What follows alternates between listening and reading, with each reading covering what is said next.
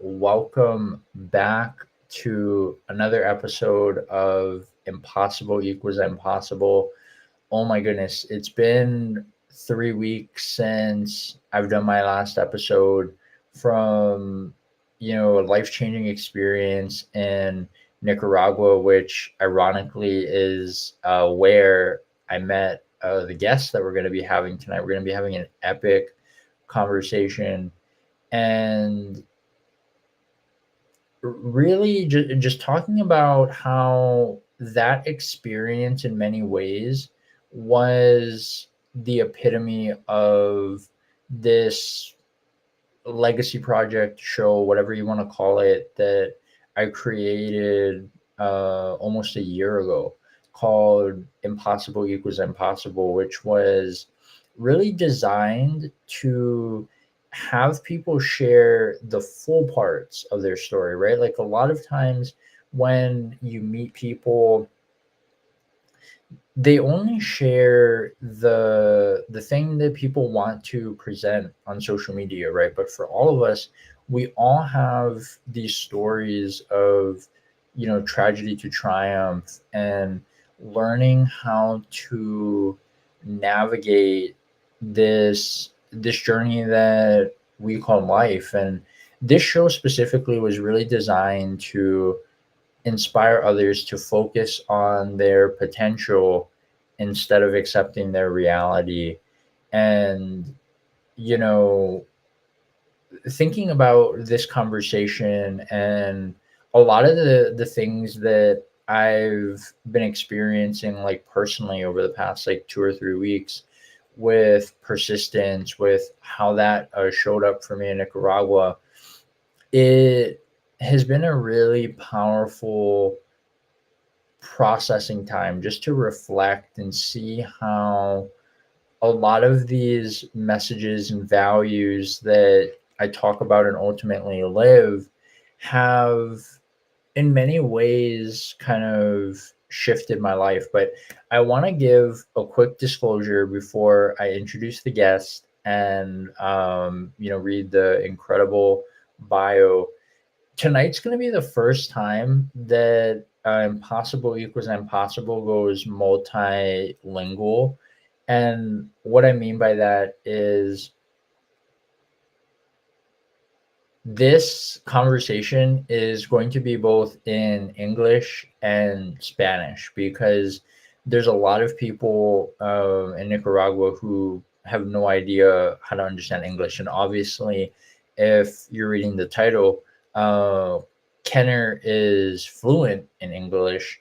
And that was actually one of the main things that stood out to why he ended up working with Rayo de Sol, the organization that we served, and the conversation that I had with Peter, who is the director of that nonprofit, and how Kenner's ability to be able to be diverse in his interactions were so crucial. And I see that Chasen showed up in the audience. So good to see you, my friend. Thank you so much for being here.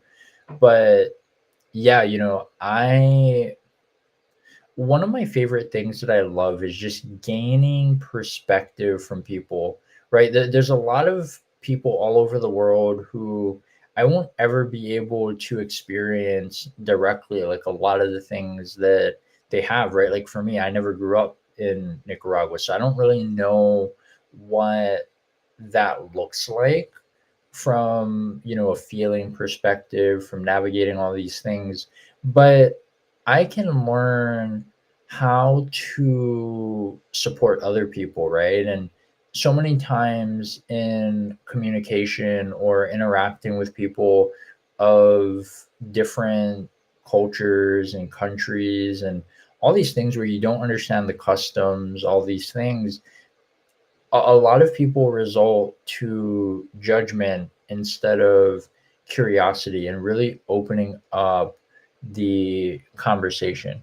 And Jason, couldn't agree with you more, my friend. Pete, he and his team are doing incredible work in Nicaragua, and it was an honor to go there and serve. But with no further ado, I want to introduce my guest tonight. His name is Kenner Hernandez, and we actually met, right, because he was one of the people that I met on my humanity expedition.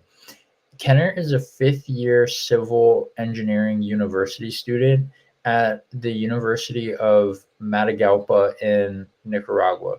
His experience includes the supervision of vertical and horizontal works and the coordination of social programs. Kenner speaks English fluently and has obtained certificates in heavy machinery. I think that's NIMAC is what he titled it, and finance for successful businesses. Kenner has volunteered as an English teacher and book donor in community libraries. His professional practices have ranged from architectural survey and topographic analysis projects to being a CAD engineer at Nestlé S.A. Matagalpa. Throughout his life, Kenner has been recognized for his perseverance in primary studies and academic excellence in the first year of high school, and even won his university's science fair with his project, My Homemade Drill.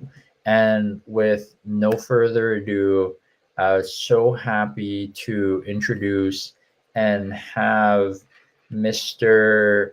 Kenner Hernandez on the show. Kenner, thank you so Oh, much for being here. So great to see you again. I know it's a little bit different now because we're so used to meeting and interacting in person, but thank you so much for being here and welcome to the show. thank you so much, Paul, for having me here. This is gonna be a huge conversation. I like how we're going to share our vision, our thoughts, our experiences, and I think it's truly important for everybody who's gonna be listening here. Um, bueno, Paul, una persona que conocí, ¿verdad? En Nicaragua, en mi país, ya que vino de visita y tuvimos la oportunidad de compartir con ellos y con un grupo de personas que forman parte de una organización que se llama The Outliers y pudimos tener esta conexión, ¿verdad? Y nos dimos cuenta que tenemos bastante cositas en común, entonces vamos a tener una muy buena conversación. So yeah, I can't wait. Can't wait.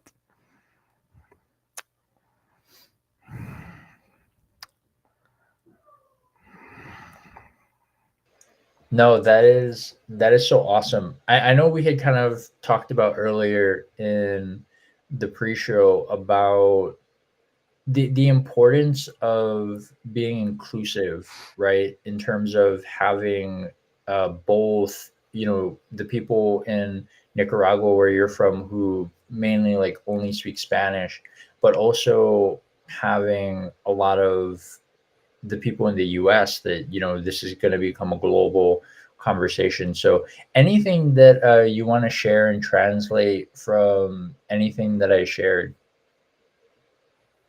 All right. Bueno, Paul, ¿verdad?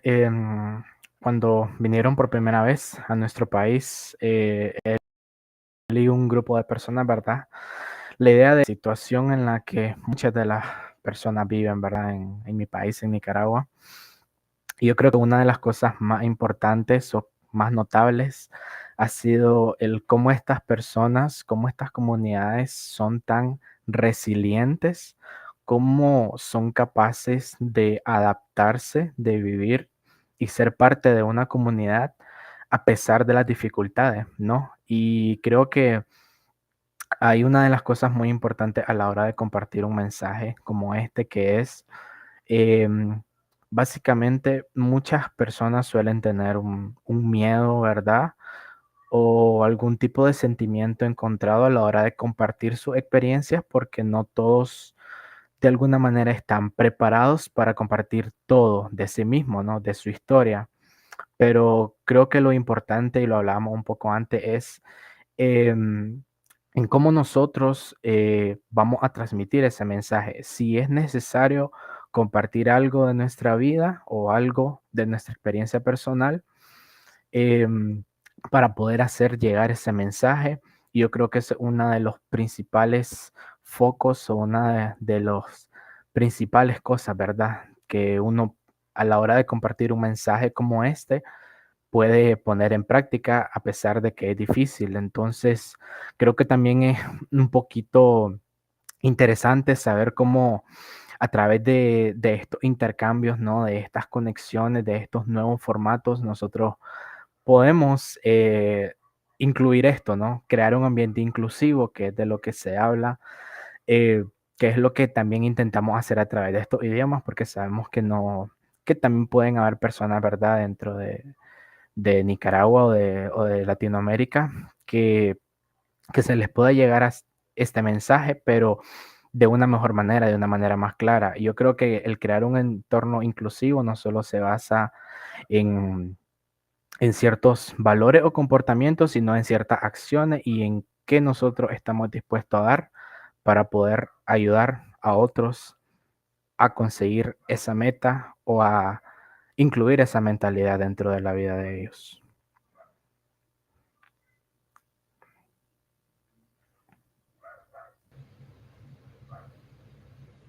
Oh shoot, Kenner, I think you're on mute.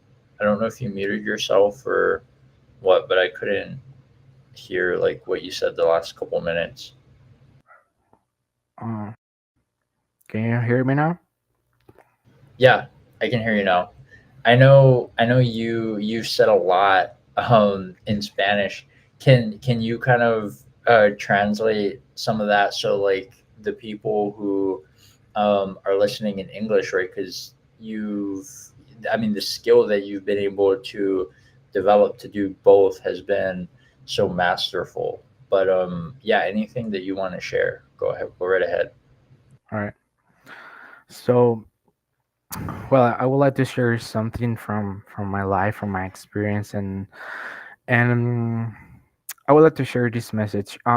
Growing up in a country like Nicaragua, which is my country, particularly in an environment where financial struggles are prevalent, it might be difficult, but you might face or you could face numerous challenges on your journey towards success. But the road to achievement is often marred with obstacles, and I think that from limited access to quality education, for example, or economic hardships that restricts opportunity. Um, Despite these challenges, I firmly believe that success is attainable for everyone, and this is like the message that I want to share, regardless of their background or their experience. And I'm a kind of a truly reason for that because uh, in my whole life have been struggling with a lot of difficulties, but I always try to share the idea of resilience, determination, and unwavering belief in yourself. So while the path may be difficult or arduous, it's not impossible. And one of the greatest challenges that at least in my country I have encountered is the scarcity of resources and opportunity. Because in a country where poverty rates are high and socioeconomic are pronounced, uh, the possibility to access to a quality education and a securing employment can feel like a kind of distant dream. But however, rather than allowing these obstacles to avoid me, I've used them as fuel to propel me forward and achieve the things that I want to achieve for my future. So at the end of the day, I think that together we can break free from the difficulties and the constraints of poverty and inequality and build together a future um, filled with opportunity and prosperity, and that's the message that we can all share between each other. And I carry with the hope that my story, or the story of a person who has passed for this situation, um, defy the odds and pursue their dreams, that they can pursue their dreams with courage and conviction if they are willing to do it. But resilience is like the mainly word of this. At least for me, this has been like the mainly point. Powerful. I just want to confirm before we move forward. That was pretty much everything that you had said in Spanish, correct? Oh yeah, yeah, Perfect. yeah. I tried to add something more, but yeah, in Spanish we can talk a little bit more. So Yeah. No, yeah, it was really powerful. And the thing that I love so much about what you shared is, and this kind of goes back to one of the things that I learned from my experience in Nicaragua, is that so many times people are always trying to compare themselves to other people, when in that environment it was just so fascinating to me, right? Like, you know how to speak Spanish and English, but when I was communicating to students, and a lot of the messages and stuff that I shared with them, a lot of people were like, wow, that was like really powerful. So I think it's so important for people to lean into what are their gifts, instead of, just trying to blend in or get caught up on what everybody else is doing. yeah, yeah. One of the things that I think we were talking to Katie, which was one of the another amazing persons that I met in your journey to Nicaragua, was that about how you can become like a difficult situation into an opportunity. um but let me tell you this, as I told you before, uh the difficulties we face should never define our capabilities or limit our dreams. I mean, it's true that the path to success may be um fraught with obstacles, but also with opportunities if we see the positive part. And even though it might look like difficult or almost impossible to achieve something, for example, learning a new language, learning English, for example, if you're really committed to your success and the things that you want to do in your life, there is nothing that can stop you from that goal.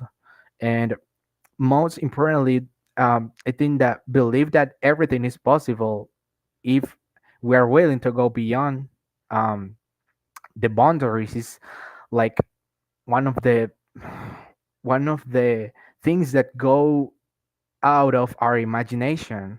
But if we are willing to put that in our mindset, we are capable of we are capable to do anything that you want to do. Yeah, for sure. I know you said a lot in English. Before we move on, I wanted to give you the opportunity. Did you want to, translate that in Spanish, or anything that you want Yep, to chime in? yep. Em, bueno, compartiendo este mensaje de la idea de poder sacar lo mejor de una situación, ¿no?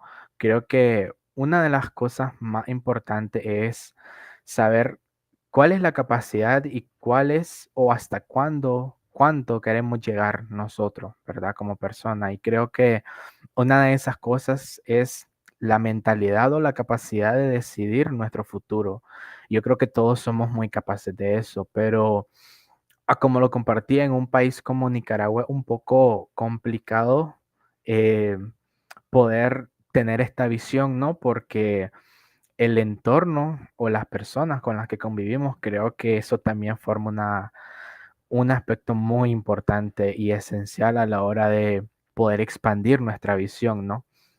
Entonces creo que como personas, como profesionales, nosotros tenemos esa oportunidad de poder dar un mensaje de aliento a alguien y decir, todo lo que crees imposible es posible siempre y cuando seas comprometido, siempre y cuando tengas disciplina, siempre y cuando tengas tus metas muy claras y confíe en ti mismo.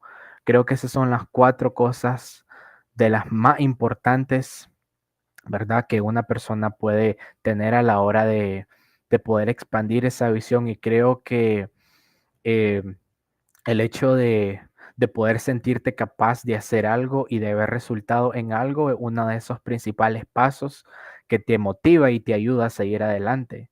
Incluso el aprender un idioma para mí se me hacía muy complicado, aprender inglés, pero creo que desde el momento que no empecé a intentar aprenderlo, no fue el momento en el que yo sentí que era imposible. Entonces, creo que el primer paso para poder conseguir algo es dar ese paso, precisamente.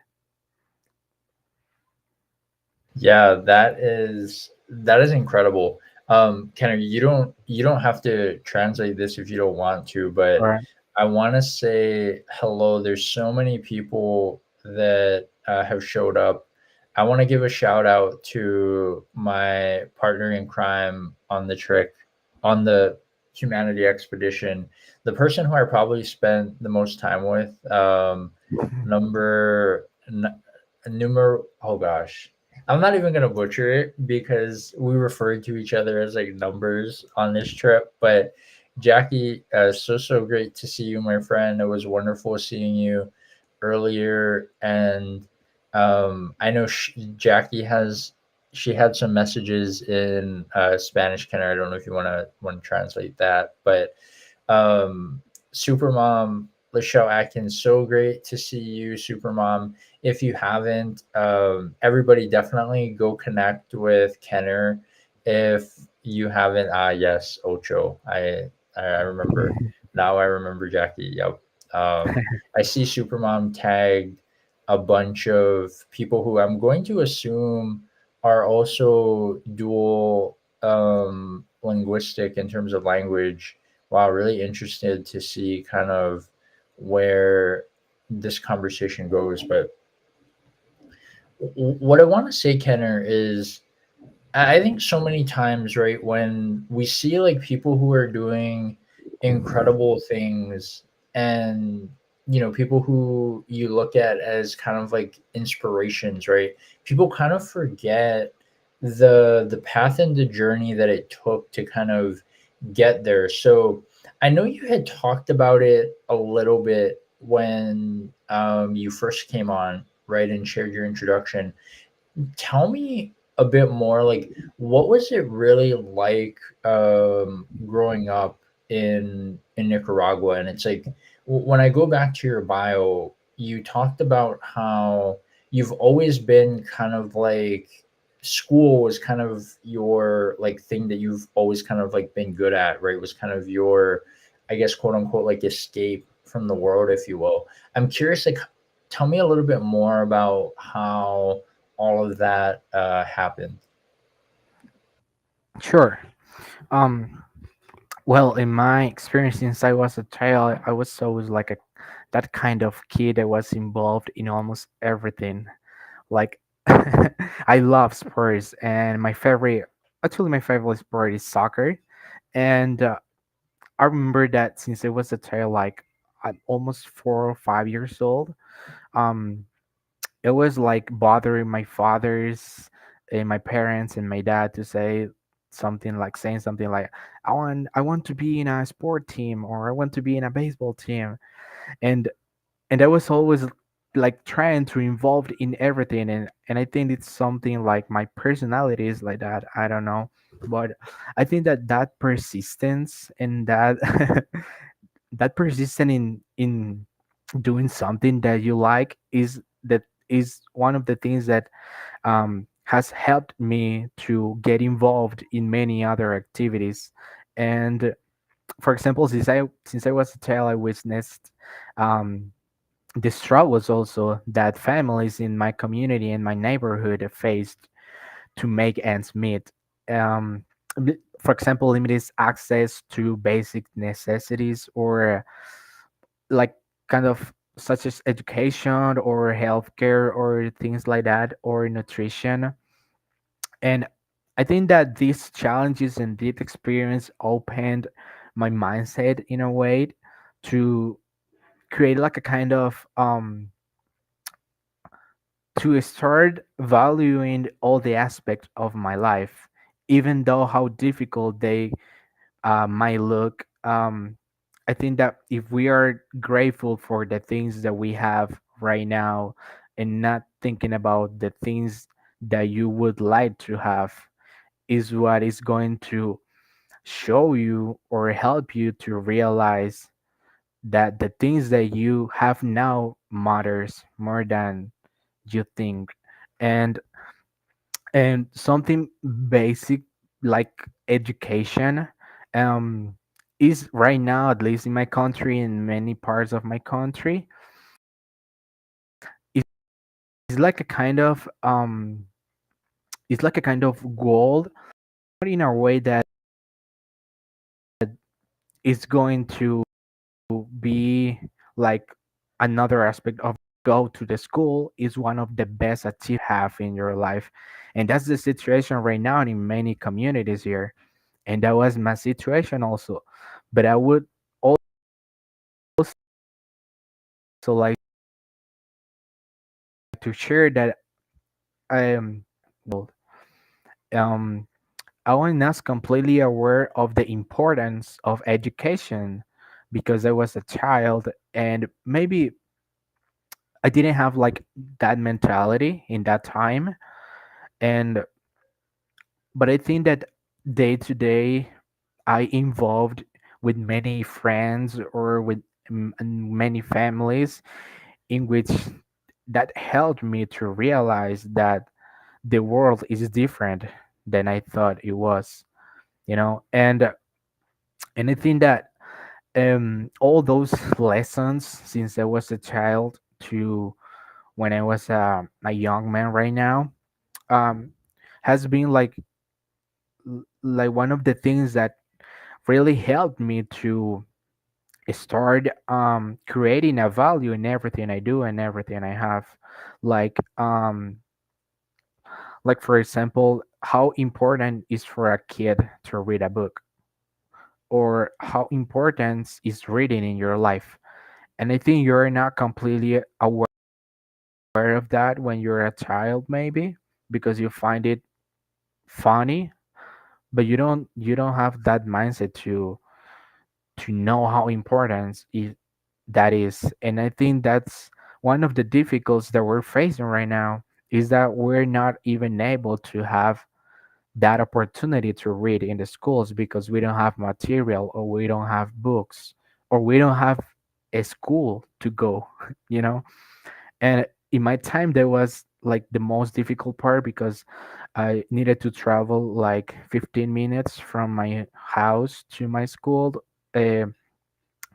uh, yeah, 15 minutes from my house to the school once in the morning, and then when I get back. And and for me that was normal, right, to travel to travel to the school. But I think that it's very different when you compare the situation with another people who travel like 40 minutes or an hour to go to their house to the school. And I think those situations made me realize how important it is to value the things that you have right now. And that changed my perception completely. Wow, that was such a powerful share. Before I get further in the conversation, did you want to translate that in Spanish just so people can, in case they don't understand English, that they understand what you're saying? Yep. Em, bueno, creo que mi vida, nicaragüenses o latinoamericanos incluso, ha sido un poco complicada en el aspecto de las oportunidades, yo creo que hemos venido de una situación en la que quizás no hemos tenido esos recursos o esa oportunidad nosotros mismos nos la creamos, ¿no? Pero creo que hay veces en las que por la edad, ya sea que eres muy niño, ¿verdad? O no eres consciente de la situación, realmente no valoras las cosas que tienes. Y no digo que esté mal, pero creo que cuando uno empieza a ver la situación real de muchas otras personas que a lo mejor no tienen ni siquiera acceso a servicios básicos como educación o salud, creo que hasta ese momento uno no es totalmente consciente de la importancia o de la oportunidad que tiene de estar en el lugar que estás. Y yo creo que hay cosas que nosotros vivimos día con día, ¿verdad? Que quizá pueden parecer normales, porque como lo hablábamos antes, creo que las personas nos adaptamos, ¿no? Somos seres de adaptación y de esa manera, no importa dónde crezcamos o en el lugar que estemos, siempre intentamos adaptarnos a vivir ahí. Y yo creo que para una persona que vive en una comunidad muy lejana, que le toca viajar 30 o 40 minutos para la escuela, puede parecer algo normal. Pero si comparamos esa situación a una situación económica normal, nos damos cuenta de que es muy difícil para un niño de 8 años caminar 20 o 30 minutos o 2 o 3 kilómetros hacia la escuela todos los días.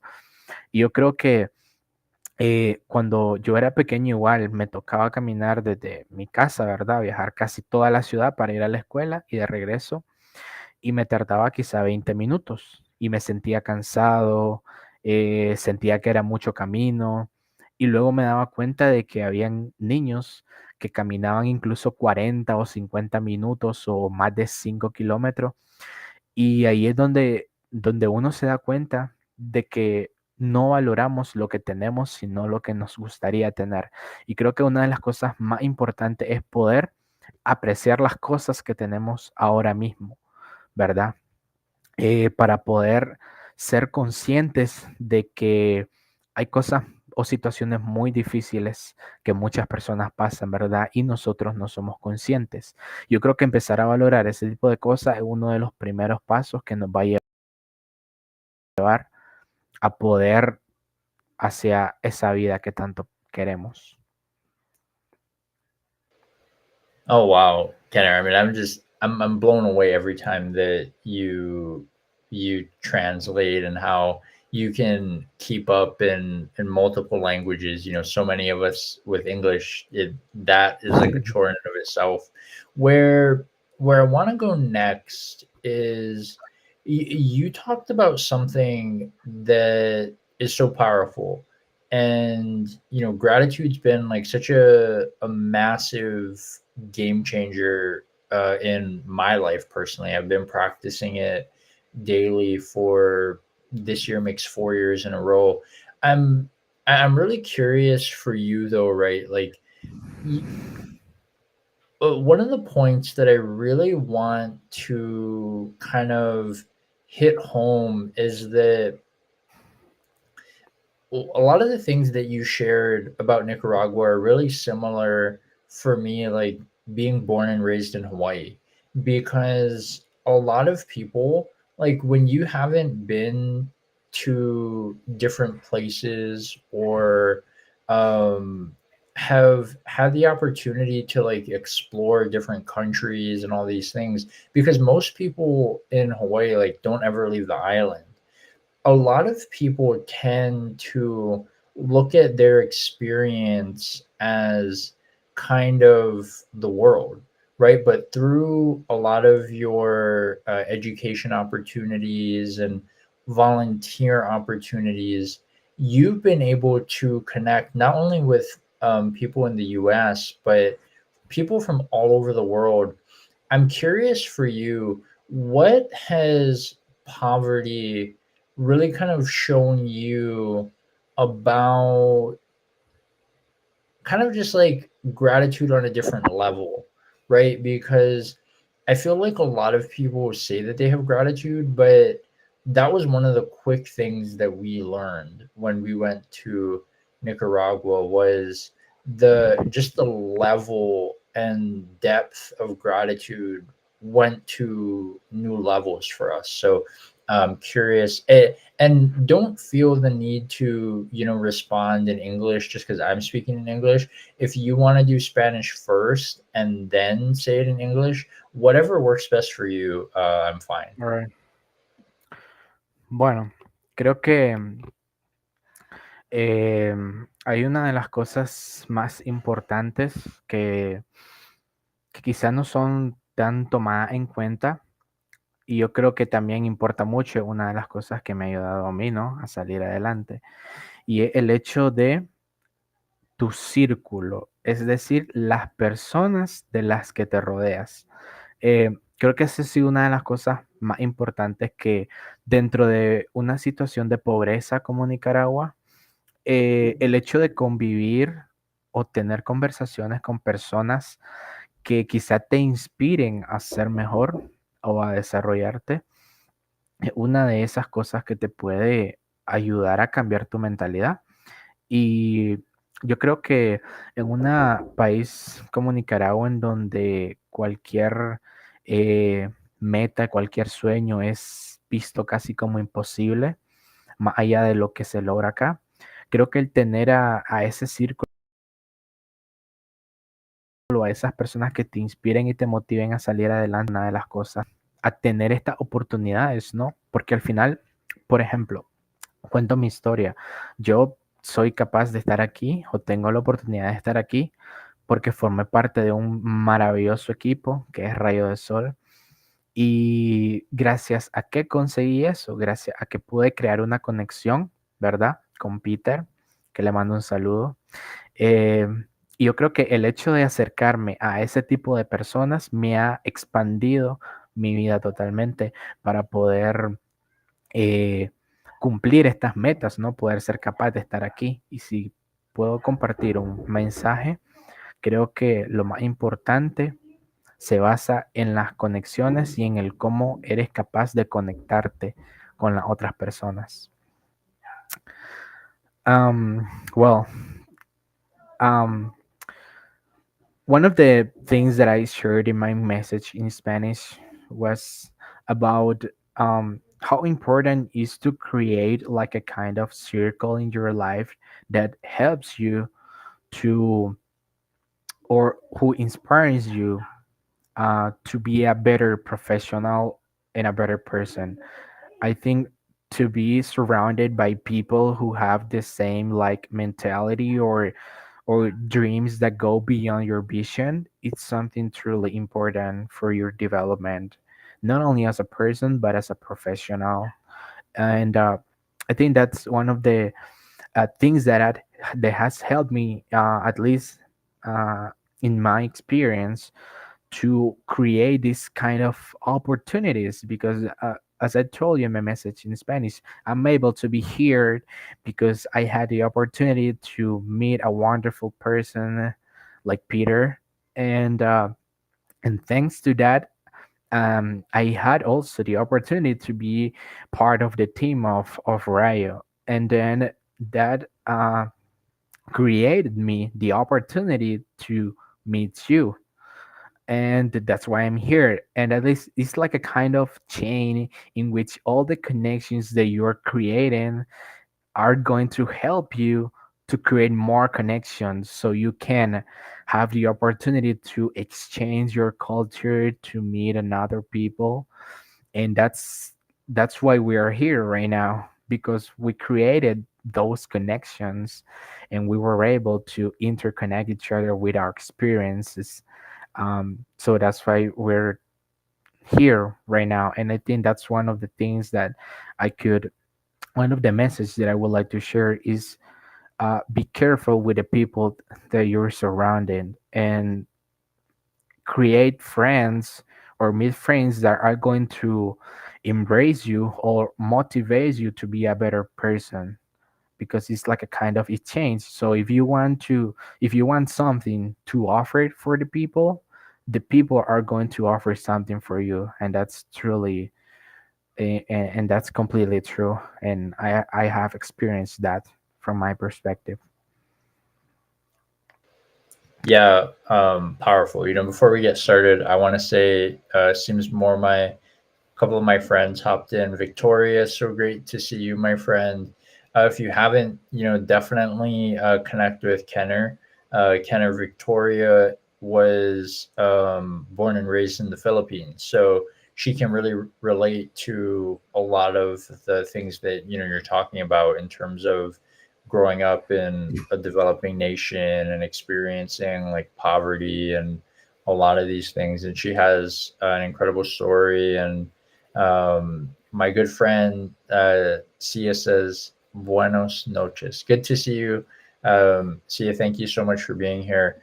You know, Kenner, one of the things that really kind of just not only just blown me away from this conversation, but even when we went to Nicaragua and just noticing how I'm really curious for you, right? Because while you do have like books and computers and phones and a lot of these things, in order to like learn a language, you don't have access to a lot of the same resources that most people who live in the US kind of take for granted until you travel and get to experience some of these developing countries and just the everyday battle that they have to survive.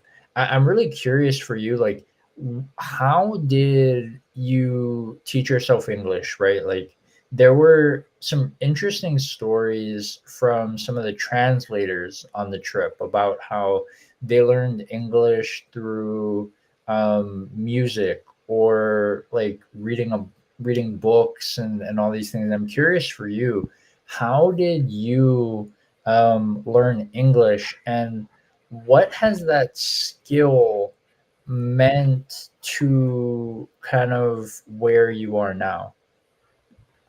All right. So, well, I'm doing in can do it in Spanish first, right? All right. Oh yeah, how 100%, however you want to do it. All right. Bueno, creo que una de esas primeras cosas que me ayudaron a mí a este camino del inglés ha sido el autoconocimiento y cómo se puede aplicar de diferentes maneras, ¿no? De hecho, hay métodos que enseñan a cómo aprender inglés de una manera autodidacta, pero creo que una de las cosas que me motivó a mí es tener un propósito para aprender inglés. Es decir, sabemos que el inglés es muy importante, pero si no tiene un propósito para aprender inglés, te va a ver todo el tiempo obligado a aprenderlo porque es importante y no porque te gusta. Y yo creo que una de esas primeras cosas es aprender a conocerse a uno mismo y qué es lo que le motiva a aprender algo. Puede ser a través de canciones, puede ser a través de libros, puede ser a través de Netflix, puede ser a través de una biblioteca virtual. Hay muchos métodos. Y yo creo que, como lo decía antes, una de esas cosas es aprender a descubrir qué es en lo que uno es bueno y qué es lo que le gusta hacer. Y yo creo que después de eso uno se inmersa en un mundo en el que se da cuenta que los idiomas no solo son muy importantes, sino que son muy divertidos. Y yo creo que encontrarle diversión a lo que haces o amor por lo que haces lo va a hacer un poco más fácil a la hora de aprenderlo, porque si amas lo que haces, nunca te va a aburrir. So basically, here as you told before, I never had the same resources that I have right now. For example, a computer or a cell phone, because I remember I had my first cell phone at the age of 16 or 17, I guess. Yeah, yeah, 16 years old. And and in that time I was not able to have a computer or something like that, so I used like different methods to learn English, but I told in Spanish that one of the first thing that motivates you to learn something is to love it, or to like it. But because if you love something, you will never get tired of learning it. And that was like that was the thing that motivated me to learn English, which was I had like a kind of passion for learning a language. And I discovered a passion of learning languages, not only English but languages. And one of the first things that I did was self-study, because I began by immersing myself in the English language through self-study materials such as textbooks, because I used to visit the library just for reading TED books in English, because they had it in two versions, in Spanish, and then the next page was going to be in English, right? So I used to read in Spanish first and then in English, and I read like an amount of 5 or 6 books, and I truly discovered my love for not only reading but learning languages. And that was like one of the first thing that motivated me to learn language. And the other thing was basically the conversation practice, because in that time I had the opportunity to meet two French which were studying English. So they were in academy, but I was learning English by myself. I um so when I had the opportunity to have a conversation with them, I used to say like a word, or say like something like, "Hey, good morning," or practice something like, "How are you?" And then they answer me. And all of that information, I used to wrote it down. Like if they say something like a new word, I used to write it down in a paper or in my hand, on my hand, things like that. And then when I came back, at home, I used to learning or looking for that word in a dictionary, because I don't have it right now, but I have like a dictionary in Spanish and English.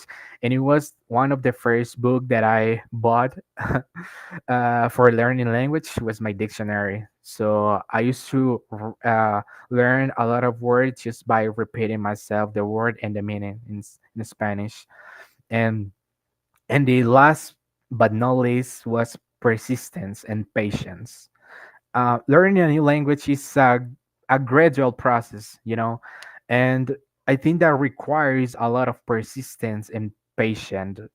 And I remained committed to my goal since the day one. And even when you face challenges or difficulties, or you go through difficult situation that maybe you say something wrong and you are shy to speak, I think that through consistent patience, um, I was able to teach myself English and achieve a fluency over time, because my journey is like a kind of uh, testament to the power of self-directed English, but also the power of persistence and the importance of perseverance in achieving language proficiency has been like one of the best experiences that I've had in my life. Wow, that is so fascinating.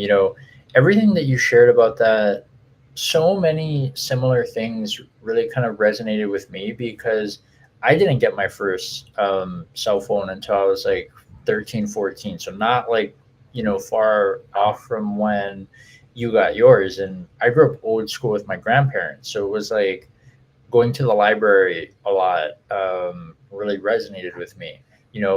Before I didn't get my first computer, I want to say until I was probably about 16, 17, like in terms of actual like laptop before we had those like really big monitors. Yeah. And it's been interesting to see how much the world has changed. Oh, I want to give you time to translate. Ya. Sí, creo que, bueno, algo muy importante dentro de esto es que cómo la situación cambia, ¿no? Dependiendo del lugar y el contexto en el que nos encontramos. Y como decía Paul, creo que muchos hemos pasado por esa situación, ¿no? Que no hemos tenido un teléfono hasta los 15, 16, 14 años. Y hay otros que quizá a los 10 años ya tienen acceso a un teléfono, a una computadora. Em, pero creo que no es una limitación.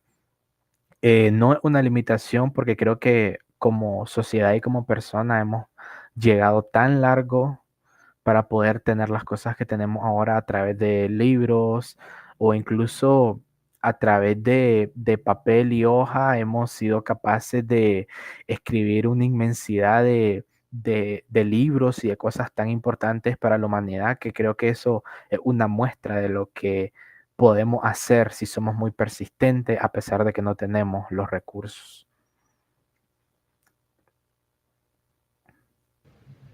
Oh shoot, Kenner, not sure. I think you might have muted yourself, but I can't hear anything.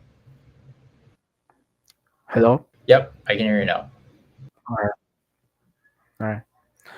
Um, yeah, so basically, I think, as I told in Spanish, one of the, even though you don't have like the same resources as another people or another person, that it doesn't mean that you are not capable of achieving something.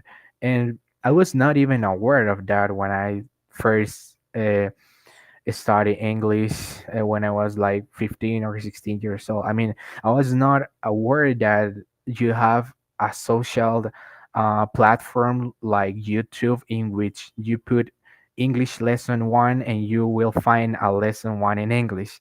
I was not even aware of that. And that didn't stop me to keep studying English with my dictionary, you know? And I think that if you, as I told before, if you put a lot of consistency on it and you put your focus on your goal without looking around, is what going to give you the success that you're pursuing. Because if you look around and then you see a person who is starting English in an academy, has a hub, and you say he's going to learn English first by me, and that um create like a kind of mindset in myself that I'm not able to do because I don't have the same resources. So I think it's very you need to be very careful with the things that you look around without uh, avoiding to your goal. Yeah, powerful. I mean, this has been such a incredible conversation, Kenner. There's a couple more places that I want to go before we finish out this conversation tonight. But one of the things that we had kind of talked about in your bio is you've done a lot of like volunteer work, a lot of leadership at a young age. Kind of a two-part question for you. And after I'm done, feel free to ask like any questions, All right. clarifications, because I'll try to be succinct. But the two-part question that I have is, when I went to Nicaragua, I noticed a lot of the high school students were in a really similar situation that I was in as a teenager, where as much as like you have these goals and dreams, to go to college, to travel, like for you, like you're studying civil engineering. Sometimes like when you're in situations where like you have to support your family. That was a really common theme for a lot of Yeah. people that I talked to. And then the second part of that question is, when I look back on my journey, I was always the youngest person in pretty much every professional environment that I was a part of. I'm curious for you, like when you look back on your journey, well, heck, you're still kind of on it, because I think you're like 20, 22, 23, right? True. You're not that much younger Yeah, than me. I'm 22. 22. Okay, yeah, because Yep. I turn 27 soon, and I've been in the adult world since I was 16. So I'm I'm curious for you, like being in a position where you don't really see a lot of people like you. Like this was a conversation that we talked about in the beginning before the show started, where sometimes you have to be the representation that you want to see, right? There's not always Yes. going to be a blueprint. Like you said, you had no idea what YouTube was. You just did things old school.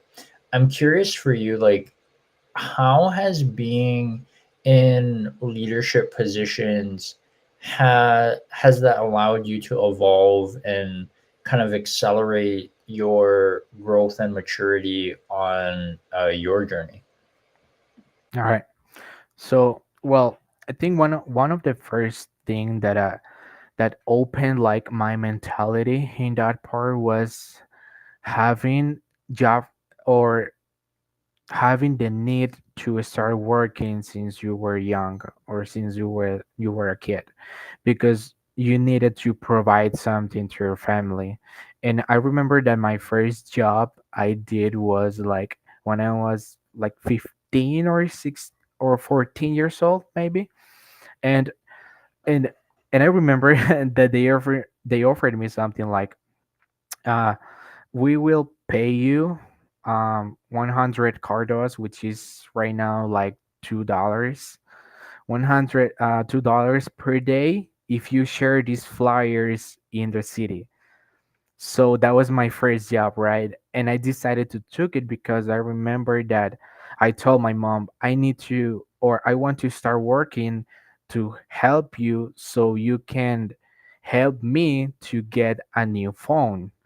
And I remember that when I had that opportunity to go to the streets and give away flyers for the people, and they offer me like $2, which is like the conversion is like $2 right now.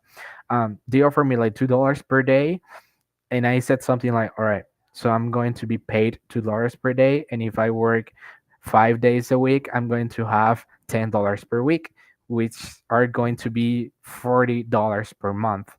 And and I remember I was like, "All right, I'll do it." And it was like my first job experience, and I didn't ask my mom for permission because I just said something like, "All right, mom, I found a job and they are going to pay me this, and I'm going to be working like 3 or 4 hours in a day, so I can help you with this." And I remember that all my family supported me in that time because, right now in this country, it's very common to face those situations. Like it's not weird that you have a kid with 16 years old that tell you something like, "I found a job, you know, and I want to start working because I need it, or because I need money, or because I want money for my high school so I can buy orange juice," something like that.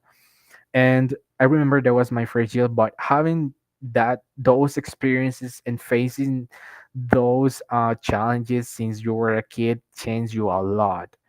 And for most of these kids or young men in the communities or in here in Nicaragua, that they're in high school maybe and they are still working, or they're working in a day and they're in the school at night, they need to live with this situation, they need to deal with this situation. So it's very common. But I think if you feel the need, you find, or you in some way you try to find a way to to have, like a kind of economic support or support your family, because that situation. And one of the things that helped me, answering the first question, I guess, or talking about the volunteering stuff and the leadership stuff. Volunteering for me, I mean, I discovered the volunteering when I was like doing my having my first job experiences. And and I said something like, why you need to do something to be paid instead of do something for help others. And I like create that mindset on me. And I said something like, is there a way, like when I was a kid, is there a way that I can help others um, without any other intention? And then, like, day to day, I found that volunteering stuff, and I discovered a library, a community library, in which there is a person teaching like three, like 30 kids, without being paid or something like that. And that says something like, wow, o sea, this person is helping these kids without asking something instead, without asking something. And I was like, that motivated me to follow the same road. And at the same time, volunteering foster a sense of belonging in the community or the neighborhood you serve. And and that brings people together from diverse backgrounds to work toward the common goals, you know. And I think that created like a kind of social impact, but at the same time, a personal development for you and for the people that sees you doing that. And I think that all of these things involved in the same one, which is what can I do different, or how can I do this that not everyone is doing. And that mindset helped me to go uh to go through those paths in my life. Yeah, powerful. I love the way that you answered both of those questions, Kenner. And I want to share something before I allow you to translate in Spanish. But Jackie loved the proverb that you had shared. When I originally created this post, and then you reshared it with your network, and it says, Yep. do not withhold good from those who deserve it when it's in your power to help them. And this message actually really hits home for me, because one of the things that I talk about, like, integrity is something to me. A lot of people like talk about integrity, but the way for me that I've learned to live it is it's about always doing the right thing versus when it's convenient. And what I learned when I dived into LinkedIn strategy and all these things is that there's been so many people that I've come across that I've been able to impact and affect in a positive way, that if I was focused on money, that opportunity never would have happened, because it just wasn't there, right? And I think a huge part of this conversation that I would want a lot of people to take away is being clear with yourself on what are your non-negotiables and things that you're not willing to sacrifice, right? Like, are you gonna, is putting people before money, right? We have a shirt like people over everything, or I'm wearing this shirt right now, I don't know if everybody can see it, this is no 0 days, right? It's about doing something daily to advance, no matter what happens, even if it's just taking one step forward, and yeah. I know I said a lot, but anything that you want to translate from my response, and then translate what you shared, I'm gonna hand it back to you.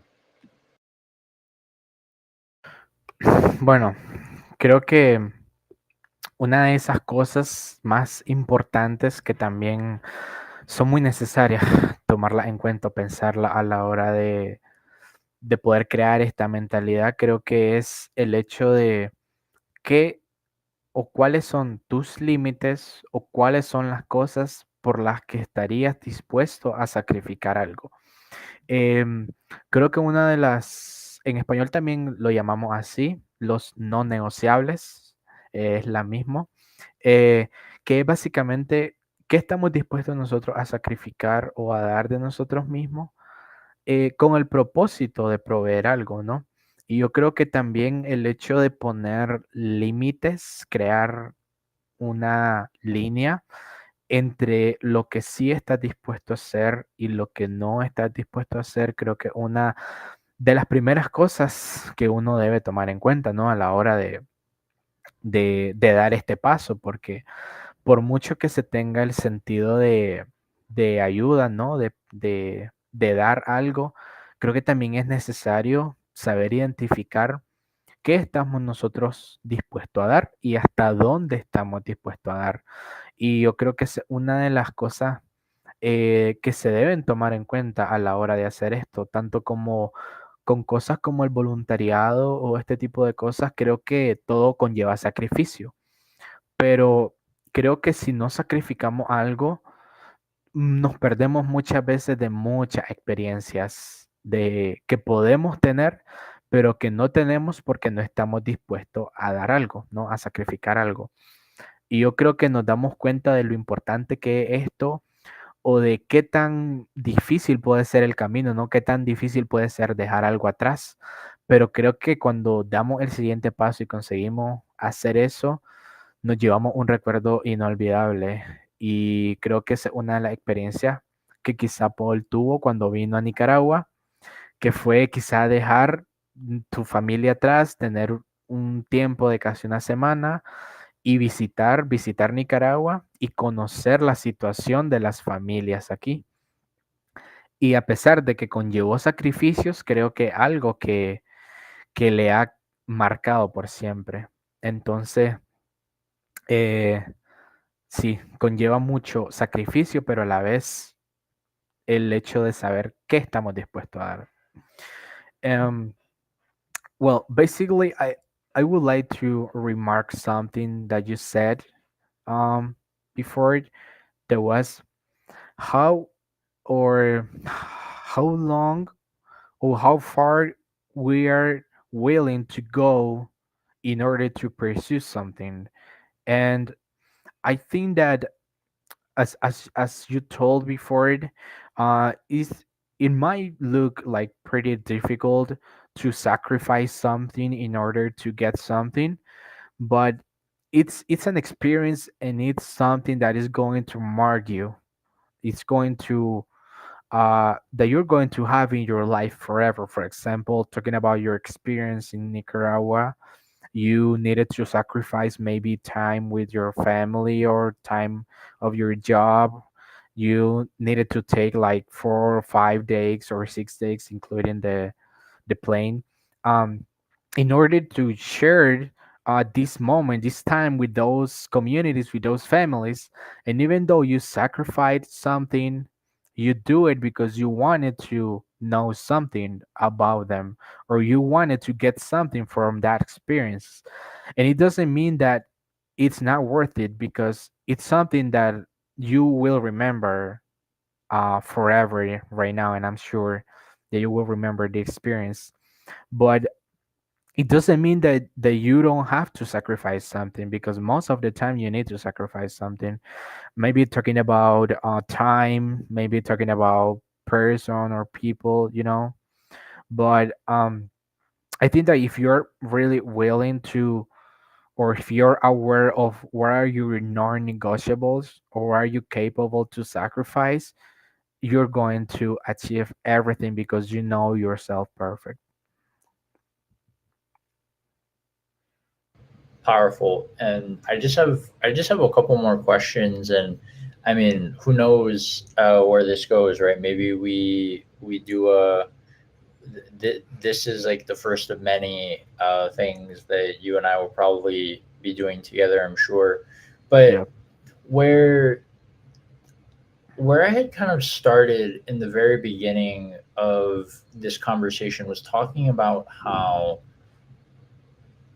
there's a lot of things, people, especially when you're on a global platform like LinkedIn and you're going to meet people all over the world.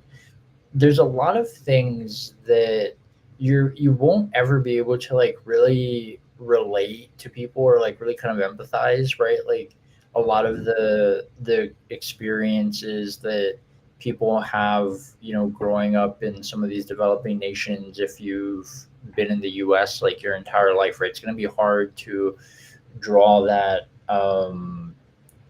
understanding and perspective, but we can learn from others and their experiences. And I'm curious for you. So one of my favorite things that I love is like, I forget who shared the quote, or it might be even unknown, but it talks about meeting yourself from somebody else's like kind of perspective, Mm, right? And I'm curious for you because obviously like we had our own experience in Nicaragua.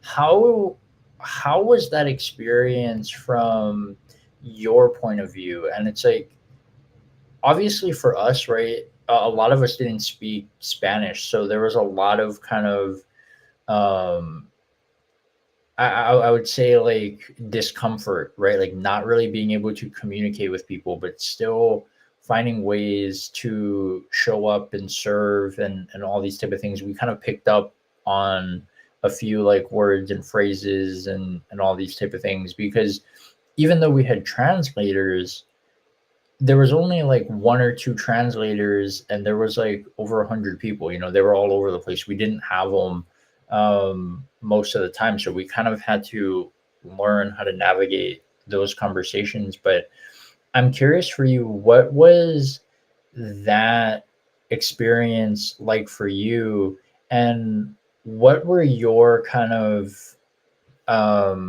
thoughts or impressions, like meeting us, right? Like our personalities, how we served, and all those type of things. yeah, wonderful. This is like when you're about to meet someone, at least in my experience, right? You create like a kind of perception on how they are gonna be. And I remember that when I first had the opportunity to meet with a native speaker of English when I was in Rio, with the first visitors, I was truly afraid because I didn't have the opportunity to conversate or to have a conversation with a native speaker. So it was like a new word for me. And and this time it was almost the same, but it's not the same because you already have experience, right? But Peter told us something like the people that are going to come here are wonderful people. They're really committed professional and they are truly um, willing to help these people in their communities. So that created me like a sense of uh, like if I can relate to these people because they feel the same way I feel about the communities or about the families, and that created inside me like a kind of I'm going to get along really well with them. And at the same time, I thought something like meeting professionals from the US while coming from a country like Nicaragua is going to be an enriching experience for me. I thought that um, because you also share not only thoughts or visions or words, but uh, you share like a kind of um, conversation and at the same time a cultural exchange, which is one of the most important things for me, the interaction with different cultures. um, and I thought something like as someone from Nicaragua interacting with professionals from the US uh is going to it's going to give me the opportunities to create interactions um in that might involve maybe networking and building connections and things like that, but this at the same time it's like provides you the opportunity to change or to share, I'm sorry, it's going to give you the opportunity to share your culture to another people with a different culture, and to have that opportunity, because I was a translator, to have that opportunity to say with your own words how beautiful your country is or how wonderful the people that live here is like a kind of opportunity that I'm not going to have all day, or I'm not going to have always, I said to myself. So if I have the opportunity to be the host here, I'm going to be the best host I can be for them. Not only for them, but for the families also, sharing a message, asking them if they want to give a message, if they want to ask something. Because in the backstage, I remember that I was like talking to the people, to the families, and I was something like, would you like to share a message? Would you like to ask questions for them, or any other thing that you need? I'm willing here to help you so you can communicate. And I remember that I told that to all the members of the family that I visited before. And I also had the opportunity to share some messages with the people. But I remember that the first thing that came into my mind here was I will share my culture to them so they can, so once they go out from Nicaragua, they can have a different perception of my people here. And that was like my mindset. Wow, that was powerful. And I just have one more question, but before we get into that, and it's kind of like a two-part question. Did you want to translate any of that in Spanish? So I know we're approaching the end, but anything that you want to share in Spanish, so the people in your country who watch this or your family and friends can be a part of the conversation. Sure. Bueno, creo que principalmente, bueno, la pregunta era qué tal o cuál era tu experiencia, tu mentalidad, o tus pensamientos, ¿no? Cuando te diste cuenta que nosotros veníamos acá, o acerca de nosotros. Y una de las primeras cosas que dije que se me vino a la mente fue que me sentí un poco como con miedo, ¿no? Porque sabía que yo iba a ser la persona que iba a estar ayudando con traducciones y demás. Entonces creo que aunque ya hayas conocido a personas antes en otro idioma, un poco también se vuelve un poco complicado porque no es tu lengua nativa y traducir a veces se vuelve un poco complejo. Pero creo que una de las cosas más importantes que lo compartí fue el hecho de pensar que podía compartir mi cultura con otra persona, que podía enseñarle a ellos lo maravilloso que es visitar una comunidad y que todos los niños te reciban con una gran sonrisa. El hecho de poder crear conexiones de ellos con las familias o con los niños, de poder compartir mensajes y lo más principal, de poder ser esa persona capaz de transmitir un sentimiento o una idea hacia las familias. Y eso crea un intercambio cultural que yo creo que al final una de las cosas más importantes para el desarrollo es el hecho de interconectar entre las personas de un lugar con otro lugar. Creo que el hecho de cambiar pensamientos, mentalidad, experiencia, una de las cosas más fructíferas que se puede hacer en términos de conversación. Y creo que cuando ellos vinieron acá, una de mis primeras metas fue, quiero compartir mi cultura con ellos y que mi gente pueda conocer, o la gente de Nicaragua pueda tener la oportunidad de conversar con ellos sin que haya ninguna barrera de idioma. Creo que fue lo más importante para mí. Oh, powerful, Kenner. This has been so fun for me. Just getting to learn. I'm just picking up like a few words every time you speak Spanish, but I realize how important it is to include everyone in the conversation, right? Spanish speakers, English speakers, so that everybody can create this connection.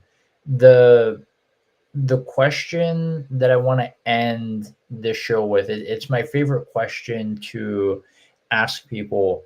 You obviously talked a lot about how influential personal development and mentorship has been in your life.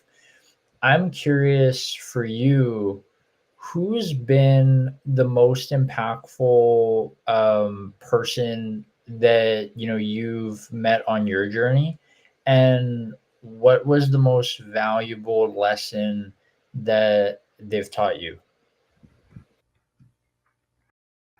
All right. So if I if I have to name one person like my mentorship, like a mentorship figure, I would definitely choose my dad. Um, I think I don't have like another figure of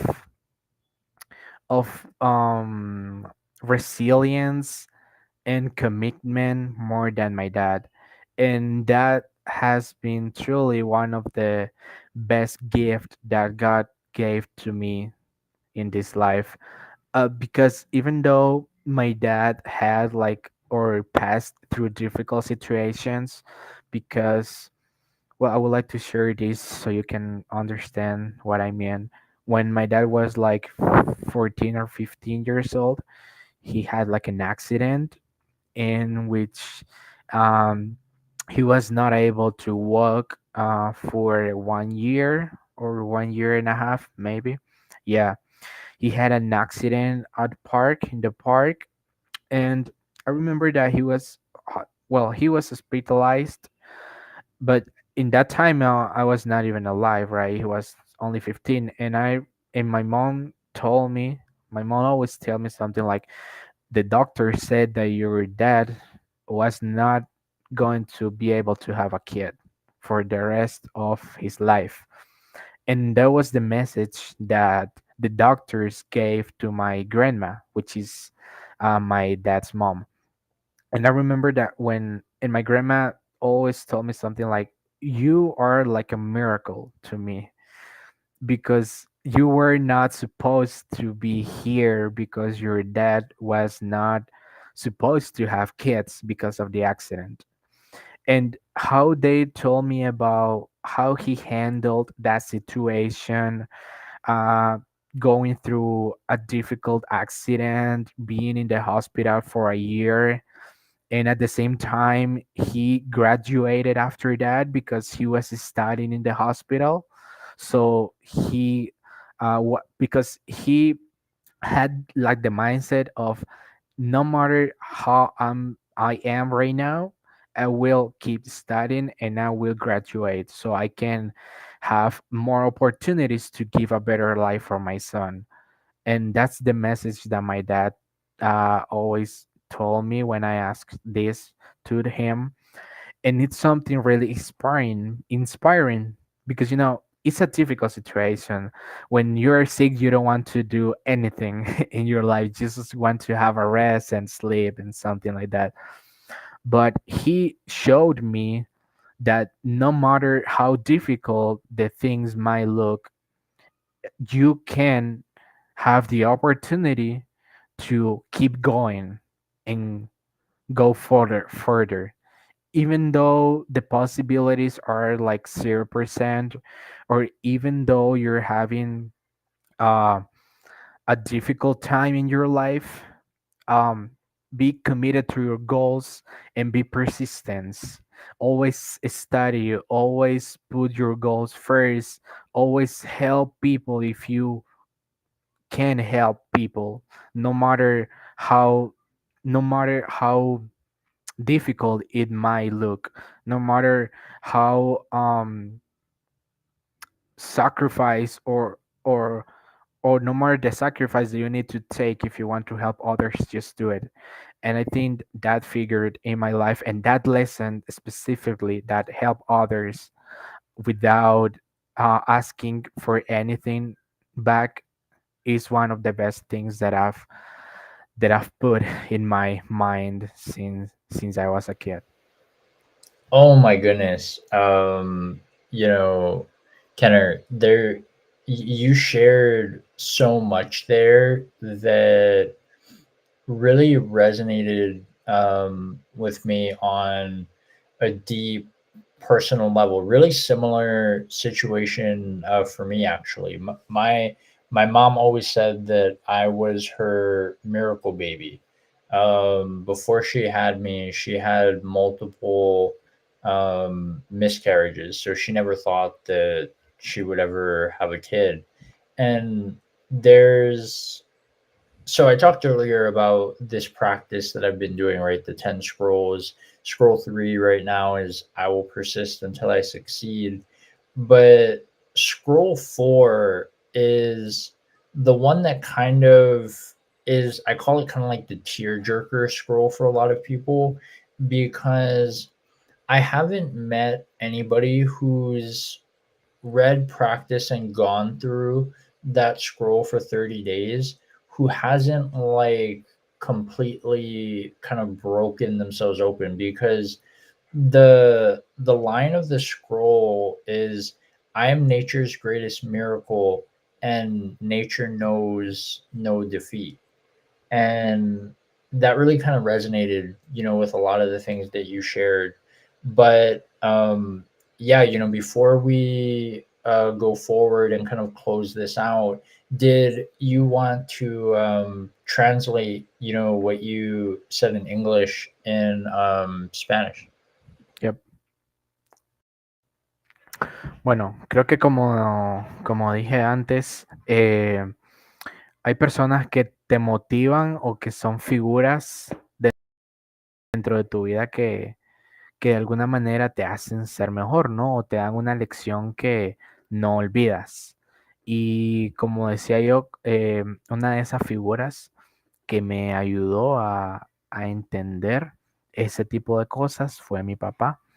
Yo creo que si hay una figura que yo puedo decir que me motivó a ser la persona que soy o me hizo incluir muchos valores que tengo dentro de mi vida, fue esa figura, porque no solo demuestra una figura de amor paterno, sino que a la vez una figura de una persona resiliente y una persona fuerte, que no importa qué tan difícil sea la situación, o no importa qué tan imposible sea tener algo, lo puede hacer si estás muy comprometido.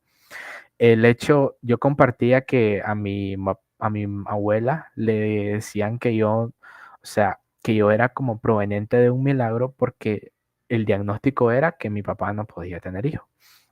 Y recuerdo que cuando me cuentan el hecho de que le dan la noticia a mi abuela de que va a ser abuela, que yo voy a nacer, fue como un milagro para mi familia, porque yo no era o no estaba en planes de nacer por la situación. Mi papá tuvo un accidente en el que estuvo hospitalizado durante mucho tiempo y los doctores solían decir que no podía tener hijos, ¿no? Y que después de eso pudo haber sido capaz de tenerme a mí y a pesar de eso graduarse y seguir estudiando, incluso en la situación en la que estaba, creo que una figura muy clara de no importa qué tan difícil sea la situación, si persistes y eres muy consistente y luchas por lo que quieres conseguir, eres muy capaz de hacerlo. Yeah, powerful. I just want to say gracias, Kenner, so much. Yeah.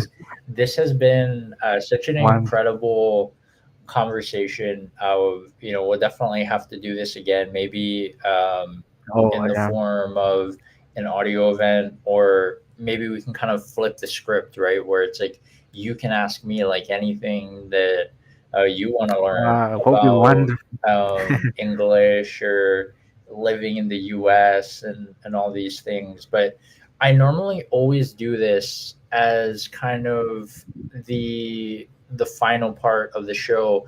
I'm gonna hand the screen to you, and any final thoughts or messages that you want to share. And I just want to say gracias so much for all the translating. I know it's been a ton of work, having the conversation in English and then having to kind of say it again in Spanish and all these things. But this has been um, the most unique experience that I've had on Impossible Equals Impossible. So thank you so much for that, and I'm gonna hand it to you. All right. So, well, first of all, thank you so much for having me here. This it's been a wonderful experience, and we'll definitely do it again. So, I would just like to share like a kind of final message for all the listeners here, which is well, in my experience in the journey of life, we often encounter or face challenges that test our resolve, obstacles that seem like really truly impossible to go through, and moments of doubt also that could maybe blind your vision. But it's during these times of adversity and difficulties that our true strength and resilience are revealed. And I would like to also share a message that remember that you're capable of overcoming any obstacle that stands in your way. Believe in yourself, believe in your abilities, for within you lies the power to achieve greatness. And I'm completely sure of that for all the listeners in from my country or from another country. Embrace the challenges before you ask the opportunities for growth, and let your focus and determination fuel your journey towards success. And that's going to be the beginning of your path to success. And remember that uh, success is not just about reaching your destination. You need to remember this. It's also about the journey along the way, and this is the most important part. How you value this way through your success. How value the things that you have right now and the moment that you can share right now, instead of thinking the things that you want to do in the future.